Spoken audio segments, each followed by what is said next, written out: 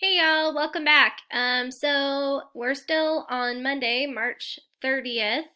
We're gonna move on to the writing portion. So your daily free write is to tell a friend about your favorite character in a book.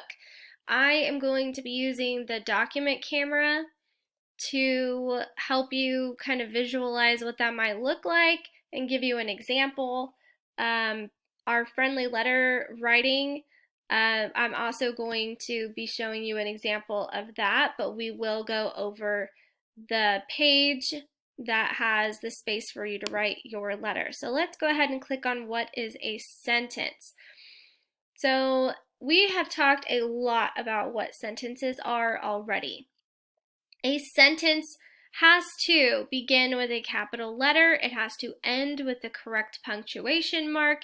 It also has to have a subject and a predicate. A subject is going to be who or what is doing the action in the sentence, and your predicate is going to be the action along with all of the following information, such as a prepositional phrase or other information.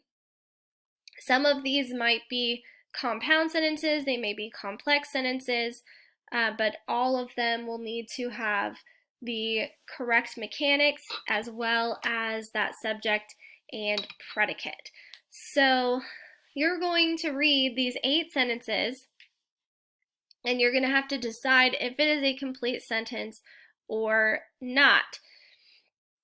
Let's look at number 1 and number 2 together, and then you can do 3 through 8 on your own.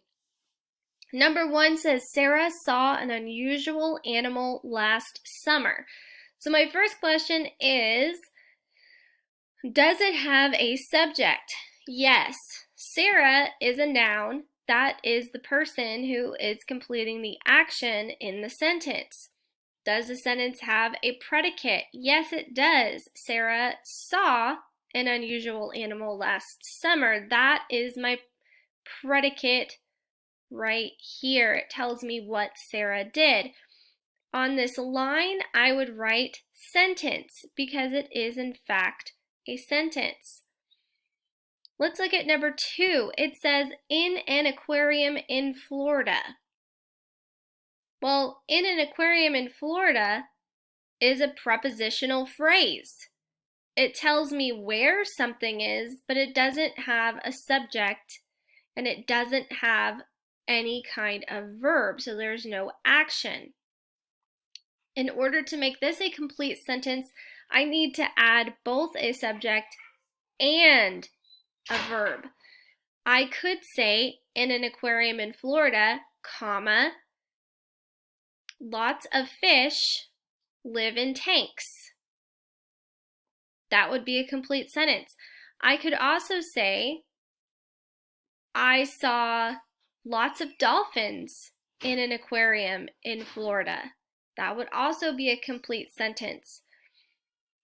Regardless of if you put your prepositional phrase at the beginning or at the end of your sentence, I think it's easier to put it at the end, but it's ultimately your choice. You're going to need to add a subject and a verb to make this a complete sentence. I would write my complete sentence on this line, and then you're going to do numbers 3 through 8 on your own. Now down here, like I said, we have the friendly letter page. On Friday, you were introduced to how to write a friendly letter, and today you're going to practice writing a friendly letter yourself. In your heading, this is where your address goes. You can make up an address, you can use your real address. I suggest making up one, just so that you don't give out any of your personal information when you turn this in. So that's what goes in your heading. Your greeting, this is where you're going to put Dear Bob, or you might say, greetings, Henry. after your greeting, there's always a comma. Then you're going to write the body of your letter.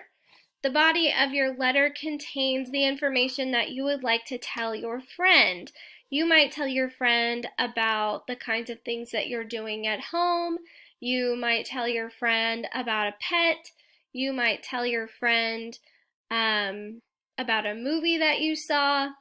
The choice is yours. This is a friendly letter, so you are speaking to someone who you are close to, and you're going to be giving them the information about something more personal than you would if you were writing a more formal letter.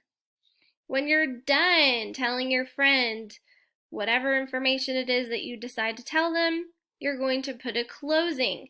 The closing is where you're going to put sincerely or best wishes. And remember, you have to put a comma after your closing phrase as well. Finally, you put your signature. This is where you put your name. And that's it. I will be making a third video for today that includes the example of writing to a friend about a favorite character, and also the friendly letter. You could actually combine those two, and I will show you how to do that with the document camera. That is all for today for your online pages. Tomorrow we will be going over our second drawing conclusions lesson, as well as the parts of a sentence and the how-to paragraph. So, until then, Mama, have fun learning. Bye. Mama.